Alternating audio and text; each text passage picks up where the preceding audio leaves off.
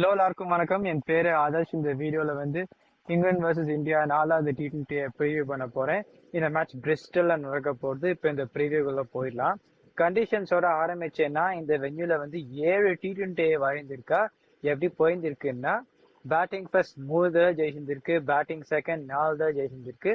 Average first inning score 186, average second inning score 172, pace economy 9.29, spin economy 8.77, pace wickets 63, spin wickets 20. இப்ப batting first versus batting second பார்த்தோம்னா, அது வந்து சில மேட்சஸ்ல வந்து ஒரு 230 மாதிரி அடிச்சுட்டு 198 அதுக்கு பதில் கொடுத்துருக்கா. ஆனா அப்புறம் இன்னொரு மேட்ச் வந்து இந்தியா வந்து 201 அடிச்சா சேஸ் வெர்சஸ் இங்கிலாந்துங்கிறதுனால நான் திருப்பியுமே என்ன சொல்லுவேன்னா, ஒரு 200 ரன் இந்த வென்யூல முதல் இன்னிங்ஸ்ல அடிச்சா அது வந்து ஜெயிக்கிறதுக்கான வாய்ப்பு ஜாஸ்தியா இருக்கும். அந்த மேட்ச் சொல்லலாம் இந்தியா வந்து சேஸ் பண்ணதா சொல்லலாம். ஆனா திருப்பியுமே இப்ப வந்து பேட்டிங் ஃபர்ஸ்ட் 3 ஜெயிச்சிருக்கு, பேட்டிங் செகண்டும் 4 ஜெயிச்சிருக்குன்னா ஒரு பெரிய வித்தியாசம்னு இல்ல. ஆனா பேட்டிங் ஃபர்ஸ்ட் பண்ணி 200 அடிச்சுட்டு தோத்தா அது வந்து அவ்வளவு பவுலிங் சரியா போடாததுனாலதான் தோத்துருப்பான்னு அது வந்து யோஜனை பண்ணலாம். சோ நான் என்ன சொல்லுவேன்னா, பேட்டிங் முதல்ல பண்ணாலுமே 200 அடிச்சா அந்த போன வென்யூ மாதிரியே பவர் பிளேல ஃபாஸ்ட் பவுலர்ஸ் வந்து விக்கெட் எடுக்கக்கூடிய சீமர்ஸ் இருந்துட்டு நடுவுல வந்து ஒரு 8 ஓவர் ஆஃப் ஸ்பின், பவர் பிளேல வந்து அவ்வளவு போடாத 8 ஓவர் ஆஃப் ஸ்பின் அந்த மாதிரி பண்ணா அது சரியா போறதுக்கான வாய்ப்பு இருக்கு.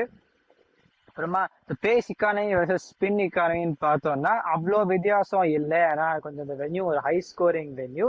சீமர்ஸ் வந்து 63 விக்கெட் எடுத்திருந்திருக்கா, ஸ்பின்னர்ஸ் வந்து 20 விக்கெட் எடுத்திருந்திருக்கா. நிறைய ஓவர்ஸ் வந்து சீமர்ஸ் வந்து போந்திருக்கா. ஆனாலுமே ஸ்பின்னர்ஸ் வந்து சில சமயம் எக்கானமி ரேட் வந்து கொஞ்சம் குறைவான எக்கானமி ரேட்ல போந்திருக்கா. ஆனா அவ்வளவு விக்கெட் எடுத்தது கிடையாது. ஸோ ஒண்ணுமே ஒரு defensive containing spinner Axar Patel மாதிரி ஒரு ஸ்பின்னர் இருந்தா அவருமே ஒரு இம்பாக்ட் கிரியேட் பண்ணலாம். ஸோ என்ன சொல்லுவேன்னா, பவர் பிளேல விக்கெட் எடுக்கக்கூடிய சீமர்ஸ் வச்சுட்டு 8 ஓவர் ஸ்பின் நடுவுல போட்டா அது வந்து சரியா எடுபடும். இப்ப வந்து பிளேயிங் 11ஸ்குள்ள போயிடலாம். இந்தியாவுக்கு வந்து நான் 2 11 போந்திருக்கேன். நான் வந்து ரெண்டையுமே படிச்சுடுறேன். முதல்ல இப்படிதான் நான் போவேன். இப்படி போகலாம், இல்லைன்னா வேற ரெண்டாவது ஆப்ஷனும் போகலாம். அப்படிதான் முதல்ல நான் போவேன். அபிஷேக் சர்மா, வயோல் சூரியவன்ஷி, திலக் வர்மா, ஸ்ரேயஸ் ஐயர், இஷான் கிஷன், சிவம் துபே, அக்ஷர் பட்டேல், ஹர்ஷித் ராணா, ஹர்ஷ்தீப் சிங், பிரின்ஸ் யாதவ், வருண் சக்கரவர்த்தி. இப்ப வந்து நான் ப்ரீவியஸ் அந்த முன்னாடி வியூல என்ன சொன்னேன், திலக் வர்மா நம்ம 6th விளையாடவே முடியாது, அவர் வந்து நம்ம 6th விளையாட போறோம்னா அவர் இந்த டீம்ல விளையாட முடியாதுன்னு நான் சொன்னேன். நான் என்ன பண்ணுவேன்னா, திலக் வர்மா நம்பர் 3, அப்புறமா நம்பர் 4 and 5 வந்து என்ட்ரி பாயிண்ட் பேஸ்டா வச்சுப்பேன். இப்ப முதல் 4 ஓவருக்குள்ள 2 விக்கெட் விழுந்ததுன்னா ஸ்ரேயஸ் ஐயர் அனுப்புறதுக்கு பதிலா இஷான் கிஷனை 4 அனுப்பிட்டு ஸ்ரேயஸ் ஐயர் நம்பர் 5 போட்டுப்பேன். இதுதான் ஒரு வாய்ப்பு டு டெஸ்ட் வெதர் அந்த அந்த லாஜிக் வந்து சேருமான்னு பாக்குறதுக்கு. ஏன்னா அது பண்ணாத ஸ்ரேயஸ் ஐயரை எப்படி எடுத்தாலுமே எதுக்கு எடுத்தாலுமே நம்பர் 4 இருக்கின்னு இருந்தா அவர் ரன்னும் அடிக்காத இருந்தா அது சரியா போகாது. சோ வந்து Ishan Kishan 4 based on entry point அந்த மாதிரி வச்சா அந்த காம்பினேஷன் வந்து சேருமான்னு அது வந்து பாக்குறதுக்கான ஒரு வாய்ப்பு. அப்புறமா பவுலிங் அட்டாக் நான் அப்படியே தான் வச்சிருக்கேன். ஸோ அந்த பேட்டிங் வேணப்ப நான் வேற ஒரு மாற்றமே பண்ண போறது கிடையாது. அவ அப்படி பண்ணுவாளான்னு தெரியல. அவ இஷான் கிஷன் நம்பர் 3 தான் பண்ண பாப்பா. அது இல்லைன்னா திலக் வர்மா அப்படி இருந்ததுன்னா திலக் வர்மா வந்து நம்பர் 3 வந்து விளையாட முடியாது. போன மேட்ச் சுத்தி விக்கெட் கொடுத்தா இந்த போன வென்யூ மாதிரியே கொஞ்சம் அலையும் இங்க போல ஜாகிரதையா விளையாடணும். அப்புறமா 2வது 11 நம்ம பார்த்தோம்னா இஷான் கிஷன் நம்பர் 3, ஸ்ரேயஸ் ஐயர் 4, சிவம் துபே 5, சூர்யான் ஷெட்கே நம்பர் 6. அவர் வந்து ஒரு ஓவர் பவுலிங்கும் போடுவார்னு அந்த ஒரு கணக்கு போடுவா.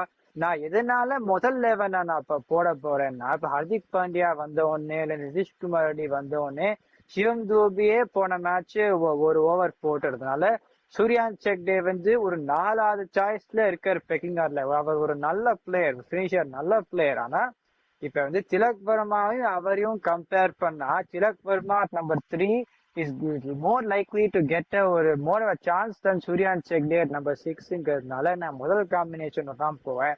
ஆனா இஷான் கிஷன் நம்பர் 3ன்னு விளையாடுறதா இருந்தா திலக் வர்மா வந்து இந்த 11ல விளையாட முடியாது. டாஸ்ல என்ன பண்ணும்னா, அந்த போன மேட்ச் பவுலிங் போட்டு ஆல் அவுட் ஆனதுனால நான் என்ன சொல்லுவேன்னா, அந்த பயத்தை எடுக்கிறதுக்காக பேட்டிங் ஃபர்ஸ்டே பண்ணணும்னு நான் சொல்லுவேன். ஏன்னா அந்த ஒரு ஓவர் அந்த 2வது T20ல பார்த்துட்டு அவ வந்து பயந்துட்டு போன மேட்ச் பவுலிங் போட்டா. ஸோ நான் வந்து பேட்டிங் ஃபர்ஸ்ட் தான் சொல்லுவேன் இந்தியாவுக்கு. இப்ப இங்கிலாந்துன்னு பார்த்தோம்னா அவளுக்குமே 2 11 நான் சொல்லியிருந்திருக்கேன். அந்த முதல் 11 வந்து அது நான் எப்பயுமே அதை சொல்லியிருந்திருக்கேன். ஆனா அவ அப்படி பண்ண போறது கிடையாது. ஏன்னா ஜாஸ் பட்லர் போன மேட்ச் ரன் அடிச்சுட்டு நான் வந்து Will Jacks to open, Jacob Bethell 3, Harry Brook 4, Jos Buttler 5 நான் சொல்லியிருந்தேன்.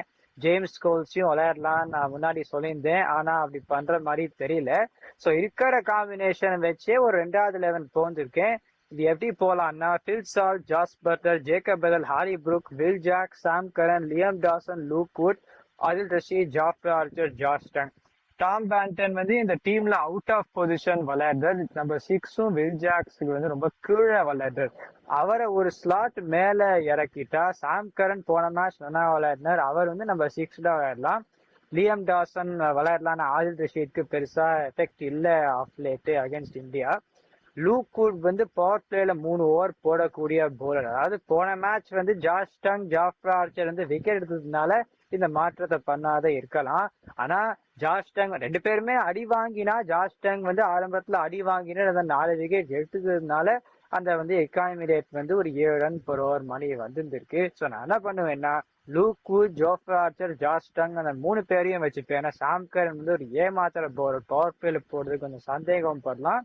ஸோ நடுவில் வந்து லியம் டாசன், ஆதில் ரஷீத், தேவைப்பட்டா சாம் கரனும் பவர் பிளேக்கு வெளியில ஓவர் தேத்தலாம். வில் ஜாக்ஸும் போலிங் போடுறதுக்கு இருக்கு.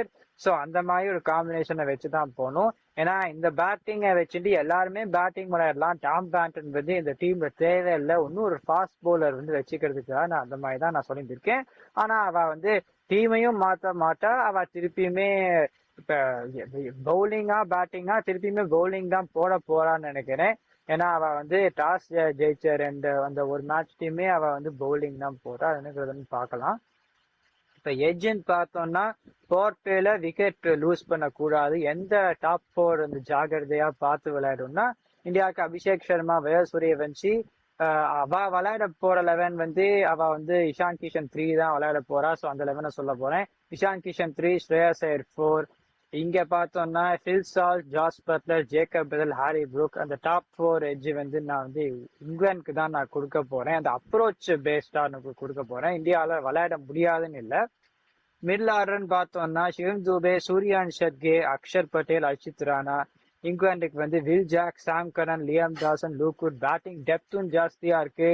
அப்புறம் இப்போதைக்கு அந்த என்ன சொல்றது வில் ஜாக், சாம் கரன்லாம் பார்த்தா இன்னும் இங்கிலாந்து அந்த எட்ஜ் தான் கொடுப்பேன். ஆனா இந்தியா வந்து திலக் வர்மா நம்பர் 3ன்னு விளையாடினா அவரோட பேட்டிங் வந்து கொஞ்சம் ஸ்ட்ரெங்தன் ஆகும்.